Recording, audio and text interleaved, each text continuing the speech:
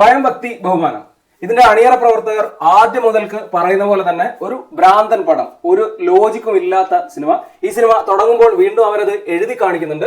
അത്തരത്തിൽ start to end പ്രത്യേകിച്ച് ഒരു തരത്തിലുള്ള ലോജിക്കും ഇല്ലാത്തൊരു സിനിമയാണ്.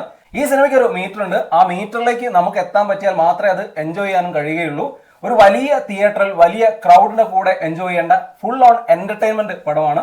എല്ലാം ഓവർ ദ ടോപ്പ് പരിപാടിയാണ്. അതിനൊരു കാരണവുമുണ്ട്.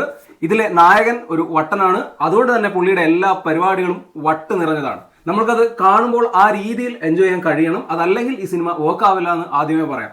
പേഴ്സണലി ഇതിന്റെ ഫസ്റ്റ് ഹാഫ് എനിക്ക് അത്ര വർക്ക് ആയിരുന്നില്ല.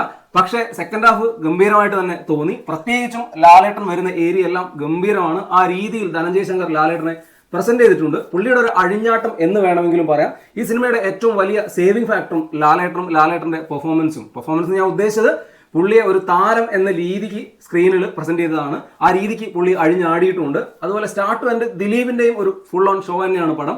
കാരണം പുള്ളിയുടെ പഴയ പടങ്ങളുടെ ഒരുപാട് റെഫറൻസുകൾ ഇതുണ്ട്. അതുകൊണ്ട് തന്നെ അതൊരു ക്രൗഡിന്റെ കൂടെ കാണുമ്പോൾ നല്ല രീതിയിൽ എൻജോയ് ചെയ്യാൻ പറ്റും. പുള്ളിയുടെ വലിയ രീതിയിൽ സക്സസ് ആയിട്ടുള്ള റൺവേയും CID മ്യൂസിയം ഒക്കെ പല ഇടങ്ങളിലായിട്ട് വന്നു പോകുന്നുണ്ട്. ഇതിൽ നായകൻ ഒരു വട്ടനാണെങ്കിലും അദ്ദേഹത്തിന്റെ കുറെ പ്രവൃത്തികൾക്ക് അദ്ദേഹത്തിന് ഒരു ന്യായമുണ്ട്. ഇപ്പൊ ദിലീപിന്റെ റിയൽ ലൈഫിൽ കുറെ ഇൻസിഡൻസ് ഉണ്ട്. പുള്ളി ഒരു കേസ് സർക്കാരുമായിട്ടൊക്കെ ഫൈറ്റ് ചെയ്തു. ഈ സിനിമയ്ക്കകത്ത് നായകൻ ഒരു ഭാഗത്തും എതിർ ഭാഗത്ത് ഗവൺമെന്റും പോലീസും ഒക്കെയാണ്. അപ്പൊ അതുകൊണ്ട് തന്നെ ഇതിലെ നായകന്റെ പല ഡയലോഗുകളും ഗവൺമെന്റിനെയും അതുപോലെ പോലീസിനെയൊക്കെ ഉദ്ദേശിച്ചിട്ടുള്ളതാണ്. അത് നമുക്ക് അദ്ദേഹത്തിന്റെ റിയൽ ലൈഫുമായിട്ടൊക്കെ റിലേറ്റ് ചെയ്യാനൊക്കെ പറ്റുന്ന തരത്തിലാണ്. ധനഞ്ജയ് അങ്ങനെ തന്നെയാണ് അതിൽ പ്രസന്റ് ചെയ്തിരിക്കുന്നതും. സ്ക്രിപ്റ്റിലും കാര്യങ്ങളിലൊന്നും പ്രത്യേകിച്ച് ലോജിക്കൊന്നുമില്ല. ഡയലോഗുകളെല്ലാം ഈ പറഞ്ഞ പോലെ ഒരു സ്പൂഫ് പരിപാടിയായിട്ടോ അല്ലെങ്കിൽ പഴയ പടങ്ങളുടെ റെഫറൻസ് ആയിട്ടൊക്കെയാണ്.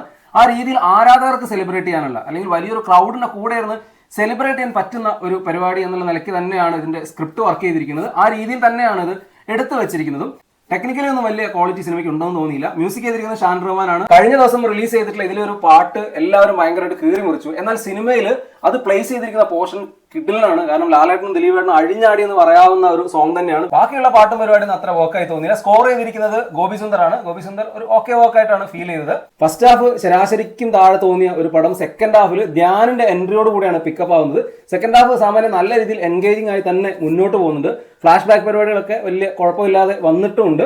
അതിന്റെ കൂടെയാണ് സെക്കൻഡ് ഹാഫിൽ ലാലേട്ടൻ എൻട്രി. സെക്കൻഡ് ഹാഫിലാണ് പുള്ളി ത്രൂ ഔട്ട് ഉള്ളത്. അത് തന്നെയാണ് സിനിമയെ വല്ലാതെ സേവ് ചെയ്യുന്നതും. ക്ലൈമാക്സ് ഒക്കെ വലിയ കുഴപ്പമില്ലാതെ തന്നെ അവസാനിക്കുന്നു. അപ്പോൾ പറഞ്ഞ പോലെ ഒരു ലോജിക്കും ഇല്ലാതെ ഒരു പ്യുവർ മാഡ്നസ് എൻജോയ് ചെയ്യാൻ വേണ്ടി വലിയൊരു ക്രൗഡിന്റെ കൂടെ ഇരിക്കുകയാണെങ്കിൽ തീർച്ചയായിട്ടും ഇതൊരു വേർത്ത് പടമാണ്. ഞാൻ സിനിമ കണ്ടത് 1000ഓളം ആളുകളുള്ള ഒരു തിയേറ്ററിലാണ്. അതുകൊണ്ട് തന്നെ എനിക്കത് പല സീനുകളും ആ രീതിയിൽ എൻജോയ് ചെയ്യാൻ പറ്റിയിട്ടുണ്ട്. കൊടുത്ത പൈസ വസൂലാവുന്ന ഒരു എന്റർടൈനർ പടം തന്നെയായിരുന്നു ഭയം, ഭക്തി, ബഹുമാനം. ആകത്തുകയിൽ ഓവർ ദ ടോപ്പ് പരിപാടികളുള്ള ഒരു ലോജിക്കുമില്ലാത്ത ഒരു ഫൺ റൈഡ് പടം തന്നെയാണ് ഭയം, ഭക്തി, ബഹുമാനം.